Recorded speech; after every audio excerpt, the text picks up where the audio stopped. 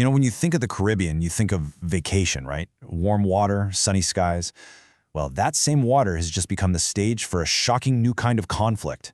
We're talking about American missiles destroying boats in international waters and Venezuela responding by buzzing U.S. warships with fighter jets.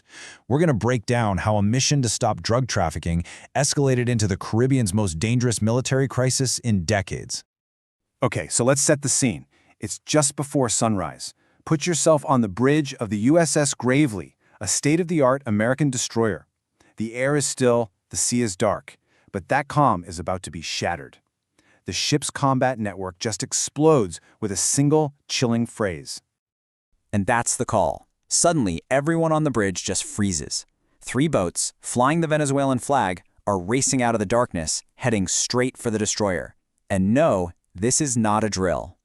So, officially, what's happening here is just maritime security. But in reality, it's a high-stakes game of chicken on the open ocean. The Navy has a term for this. They call it controlled friction. But let me tell you, for the sailors on that deck, it feels like it could become uncontrolled in a split second. Okay, now they're getting closer. Inside 12 nautical miles. The operations officer, he's recommending they mark these boats with hostile intent, but the captain, he's keeping a cool head. He orders the crew to be ready, but to hold their fire.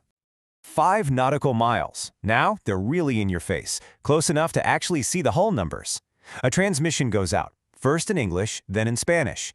Alter course immediately. And the response? Total silence.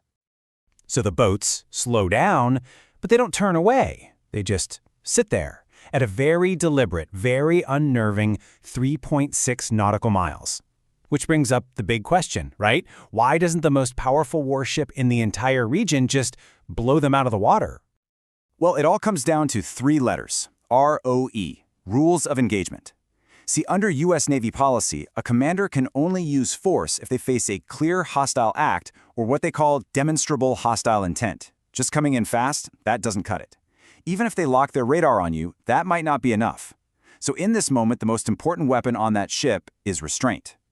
But you have to ask, how did we even get here? This didn't just happen out of nowhere. Yeah, to really get what's going on here, we have to rewind the clock a bit. This crisis, it's like a flashpoint at the end of a really long fuse. We're talking decades of old grudges, political chess moves, and just raw fear, all finally colliding. And at the heart of it all are 2 worldviews that are just polar opposites. On one side, you've got Chavismo, the political movement started by Hugo Chavez. From their perspective, the United States is this imperial bully, always trying to control Latin America. And on the other side, you've got Washington. And they see leaders like Nicolas Maduro as these destabilizing forces who are just wrecking their economies and crushing any opposition. Now, things really escalated during Donald Trump's second term. It was like climbing a ladder, one rung at a time. First, the Justice Department indicts Maduro himself on narco-terrorism charges. They put a $15 million bounty on his head. Then, they designate the notorious Tren de Aragua gang, this huge criminal organization, as a terrorist group. And the final step? The U.S. sends the largest naval force to the Caribbean in decades. Suddenly, diplomacy was off the table, and military pressure was the only game in town. And this really shows you the cost of all that.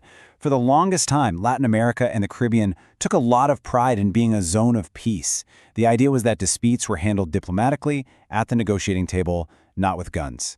But as those warships moved in and the threats got louder, that whole idea just crumbled. What was once a zone of cautious calm was turning into a potential front line.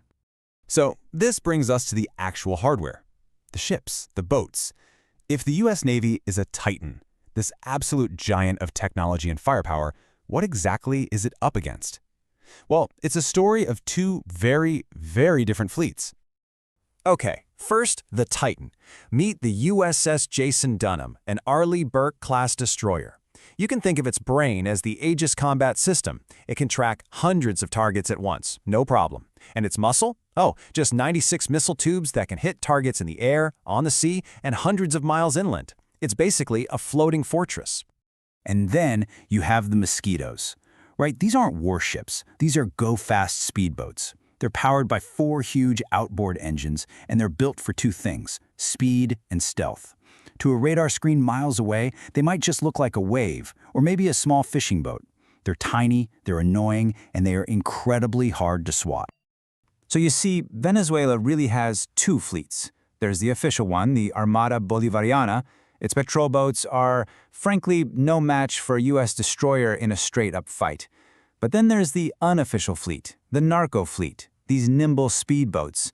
They represent a much more unpredictable, asymmetric threat. And it's this second fleet that was about to change everything.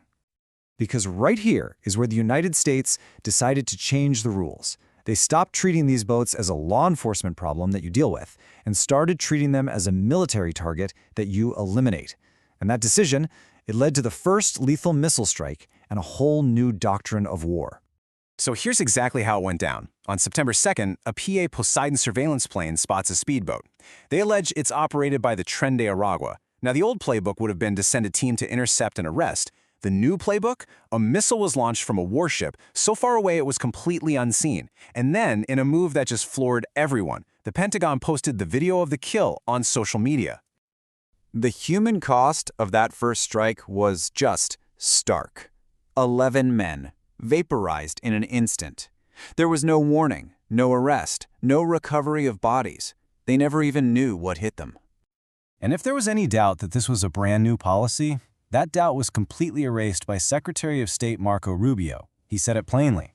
On the president's orders, we blew it up, and it'll happen again.